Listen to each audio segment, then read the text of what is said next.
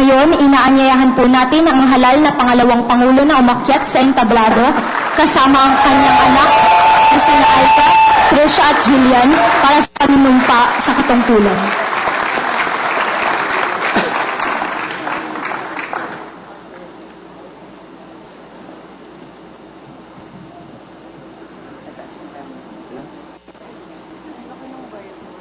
Itaas ang iyong kanang kamay at ilagay ang kaliwang kamay sa Biblia.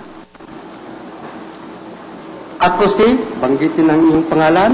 Ako si Maria Leonor Verona Robredo.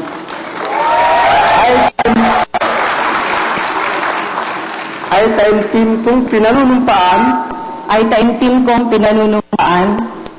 Natutuparin ko ng buong katapatan at sigasig.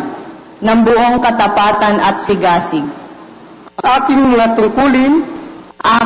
tungkulin bilang pangalawang Pangulo ng Pilipinas. Bilang pangalawang Pangulo ng Pilipinas.